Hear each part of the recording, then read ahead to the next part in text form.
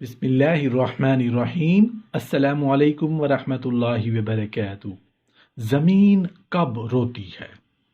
اللہ پاک نے زمین و آسمان میں بشمول جن و انس جو کچھ بھی پیدا کیا ہے، ہر چیز کو قوت سماعت اور قوت گویائی عطا فرمائی ہے۔ ہر چیز اپنی اپنی زبان میں اللہ کے ذکر میں مصروف ہے۔ ایسی تمام چیزیں جو اللہ پاک نے پیدا کیں، جب ان کو کوئی چیز عطا کرتا ہے تو وہ اس پر شکر بھی ادا کرتی ہیں، اور جب ان کو کوئی تکلیف پہنچتی ہے تو وہ اس کا اظہار بھی کرتی ہیں۔ لیکن یہ اور بات ہے کہ اللہ نے ایسی آوازوں کو جن و انس سے پوشیدہ رکھا ہے۔ دھرتی یعنی زمین کو ہی لے لیجئے، زمین بولتی بھی ہے، سنتی بھی ہے، خوشی غمی کو محسوس بھی کرتی ہے اور اس کا اظہار بھی کرتی ہے۔ نبی کریم صلی اللہ علیہ وآلہ وسلم نے فرمایا، دو موقع ایسے ہیں کہ جن پر زمین روتی ہے۔ پہلا موقع یہ ہے کہ جب ناحق کسی کا خون بہایا جاتا ہے، مقتول کا قطرہ زمین پر گرتے ہی زمین پکارتی ہے، الہی مجھے اجازت دے تاکہ میں قاتل کو ابھی نگل جاؤں۔ آواز آتی ہے، ذرا صبر کر، یہ تیرے اندر ہی آئے گا۔ دوسرا موقع یہ ہے کہ جب زانی زنا کا ارتکاب کرنے کے بعد غسل کرتا ہے تو پانی کا پہلا قطرہ جب زمین پر گرتا ہے تو زمین زاروں قطار روتی ہوئی کہتی ہے، الہی مجھے اجازت دے تاکہ اسے میں نگل لوں۔ آواز آتی ہے، تھوڑی دیر صبر کر، یہ تیرے پاس ہی آئے گا۔ زناکاری ایک بدترین لعنت، کمینگی اور ذلت اور پستی کی علامت، بہیمانہ فعل اور جرم شنیع ہے۔ اس کا مرتکب وہی شخص ہوگا جس کے دل میں خوف خدا، عذاب آخرت کا ڈر، آیات قرآنیہ اور احادیث نبویہ کا پاس ہونا، اپنوں اور غیروں میں اپنی ذلت اور رسوائی کا اندیشہ ہو، اور وہ نہایت ہی بے غیرت، بے شرم اور بے حمیت جس کی انسانیت حیوانیت سے مغلوب ہو چکی ہو۔ اس جرم شنیع اور حرکت قبیحہ کے ارتکاب کا مجرم ہو سکتا ہے۔ قرآن کریم نے تو زنا تو کیا اس کے قریب جانے سے بھی منع فرمایا۔ بدکاری کے پاس نہ جاؤ، بے شک وہ بے حیائی ہے اور بہت ہی بری راہ ہے۔ یعنی زنا خود بھی کبھی اور دوسرے مفاسد کے اعتبار سے کبھی تر اور ہزار بار لائق مذمت ہے۔ افراد کی روحانی پاکیزگی اور اخلاقی طہارت کے بھی منافی ہے۔ روحانیت کے چہرے پر ایک بدنما داغ اور جسمانی معاشرتی مضرتوں کے لحاظ سے بھی قابل نفرت ہے۔ حضرت ابو ہریرہ رضی اللہ عنہ سے روایت ہے کہ حضور اقدس صلی اللہ علیہ وآلہ وسلم نے ارشاد فرمایا، جو عورت کسی قوم میں اس کو داخل کر دے جو اس قوم سے نہ ہو، یعنی زنا کرایا اور اس سے اولاد ہوئی، تو اسے اللہ عز و جل کی رحمت کا حصہ نہیں ملے گا اور اللہ تعالیٰ اسے جنت میں داخل نہیں فرمائے گا۔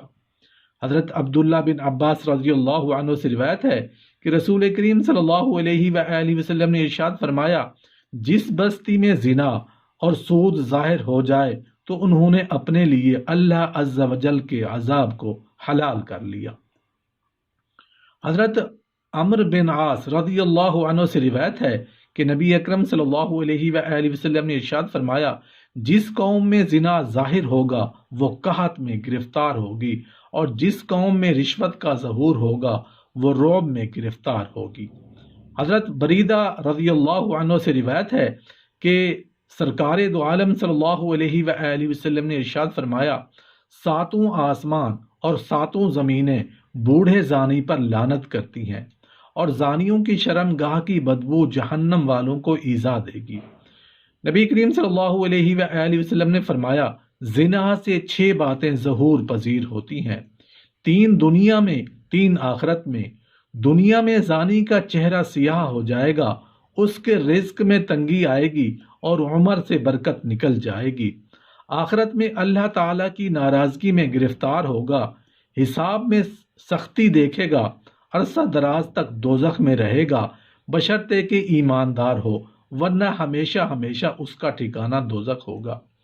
نبی کریم صلی اللہ علیہ وآلہ وسلم نے فرمایا، جو کوئی آزاد یا غلام عورت سے زنا کرتا ہے اس کی قبر میں 20 لاکھ سوراخ کر دیے جاتے ہیں، جن سے سانپ اور بچھو اور آگ کے شعلے اس پر حملہ آور رہتے ہیں اور وہ اسی طرح عذاب قبر میں مبتلا رہتا ہے۔ نبی کریم صلی اللہ علیہ وآلہ وسلم نے فرمایا، 3 قسم کے آدمیوں پر اللہ تعالی نظر رحمت نہیں فرمائے گا: بوڑھا زانی، جھوٹی تقریریں کرنے والا حکمران اور تکبر کرنے والا فقیر۔ سید دو عالم صلی اللہ علیہ وآلہ وسلم نے فرمایا، زنا سے 80 سال کی نیکیاں برباد ہو جاتی ہیں۔ دوزخ میں ایک کنواں زانیوں کے لیے تیار کیا ہے جس میں انہیں عذاب دیا جاتا رہے گا۔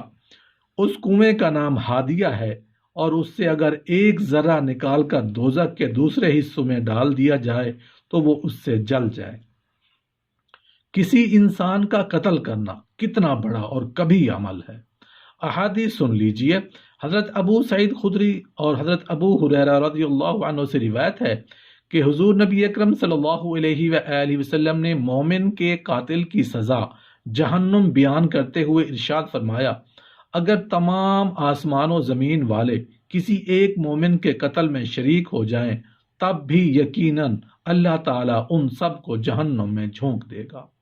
قتل و غارت گری، خون خرابہ، فتنہ و فساد اور ناحق خون بہانا اتنا بڑا جرم ہے کہ قیامت کے دن اللہ تعالیٰ ایسے مجرموں کو سب سے پہلے بے نقاب کر کے کیفر کردار تک پہنچائے گا۔